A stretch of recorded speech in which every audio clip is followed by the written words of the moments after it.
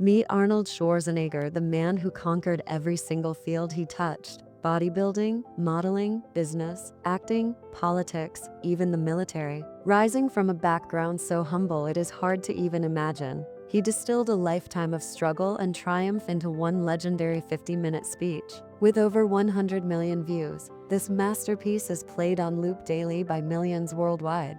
Having studied it over 12 times myself, I am bringing you his definitive 6 rules for success. Welcome to the Action Summary Hub. Are you ready for this absolute masterpiece? I am here to reveal the blueprint of success. On this stage, I will disclose my first 6 rules followed by the final 6 rules for achieving greatness.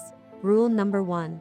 You must have a goal and a vision. The first rule of success is simple. You must possess a goal and a vision. Without a clear goal and a vision, you will have no direction and you will spend your life wandering aimlessly, never arriving at your true destination. I was very fortunate to be born in 1947 in Austria. As I grew up, I felt trapped by that environment. I was desperate to escape because I could never see myself as a farmer, a factory worker, or in any ordinary role. My parents expected me to stay, get married, raise children, and live a simple life exactly like theirs. However, those were their dreams, not mine. Even in that setting, my vision was entirely different. I felt destined for something unique and massive. I remember being 11 years old in school when they showed a documentary about America. It displayed massive skyscrapers, towering buildings, giant bridges, and 6-lane highways. Looking at those images, I knew one thing: that is where I belong, that is where I must live.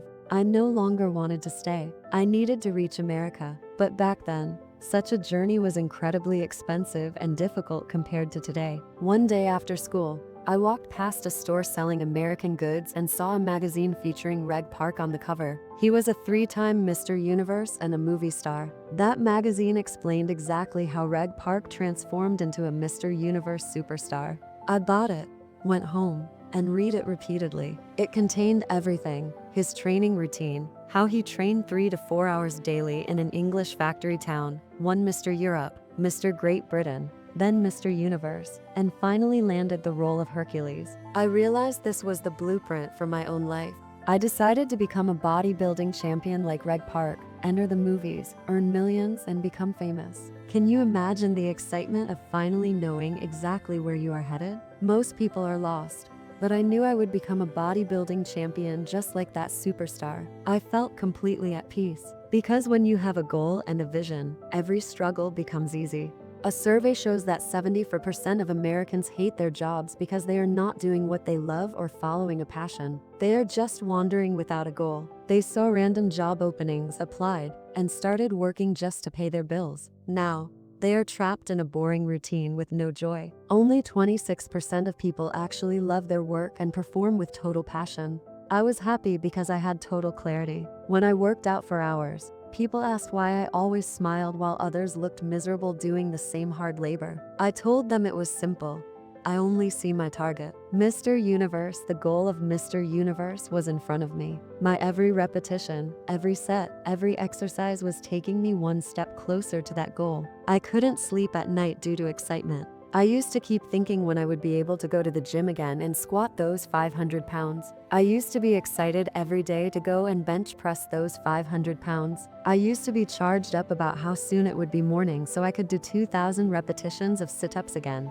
At the age of 20, I went to London for the first time and won the Mr. Universe contest, that too as the youngest contestant of Mr. Universe. This mindset applies everywhere. It was exactly the same for me in acting. While filming Conan the Barbarian, I was crawling across sharp rocks without any clothes, clutching a sword. My knees and elbows were torn open. Blood was literally pouring out. After 10 exhausting takes, the director approached me and said, "Arnold, I am sorry, but I need just one more close-up. Can you do it?" I looked at him and replied, "I feel no pain." I felt nothing because I was visualizing the final scene in my mind. I knew how incredible it would look once it was perfect. Therefore, whether it required 50 takes or 100, it made no difference to me. I was locked onto the vision of that perfect shot. In politics, my vision was just as razor sharp. I decided I would become the leader of California. Becoming the governor of California, the fifth largest economy on the entire planet, was a massive achievement. People constantly told me it was impossible and urged me to start with a minor position instead.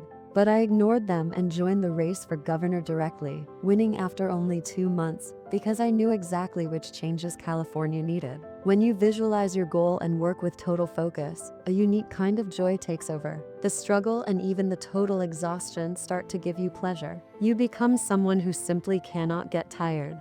Rule number 2: don't listen to the pessimists. Success's second rule is critical: never listen to the pessimists. When I spoke about moving to America, my parents and everyone around me claimed it was impossible. But I proved them wrong, because when they said impossible, I only heard possible. I believe, as Nelson Mandela famously said, that everything is impossible until someone actually does it.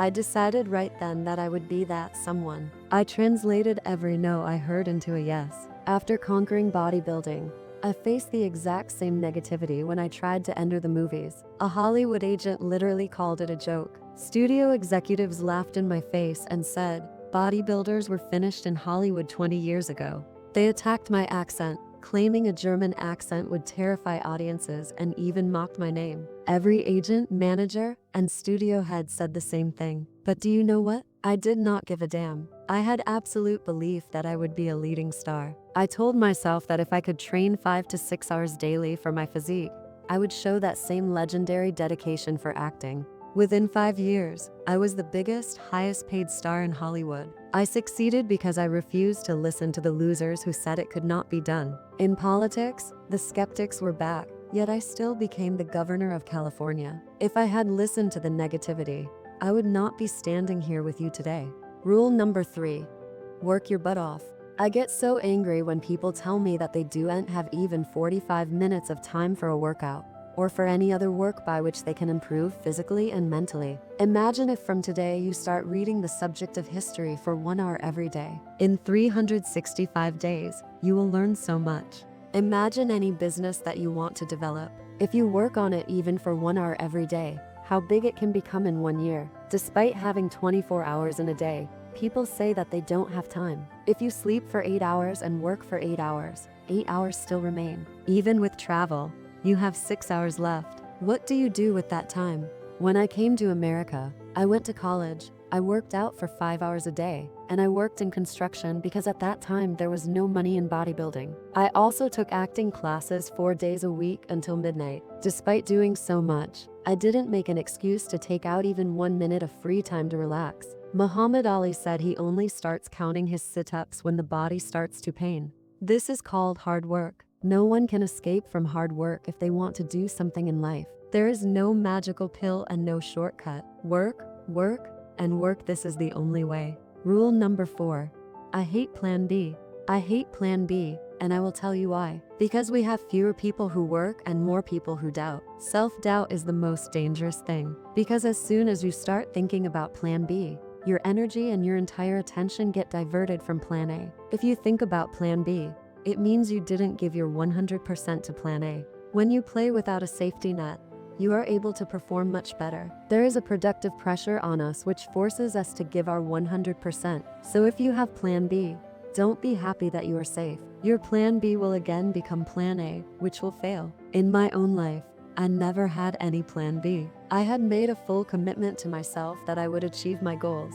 Don't keep Plan B, because by doing so you are harming yourself and reducing your own chances of success. People only keep Plan B because they are afraid of what will happen if Plan A fails. Rule number 5: don't be afraid of failing.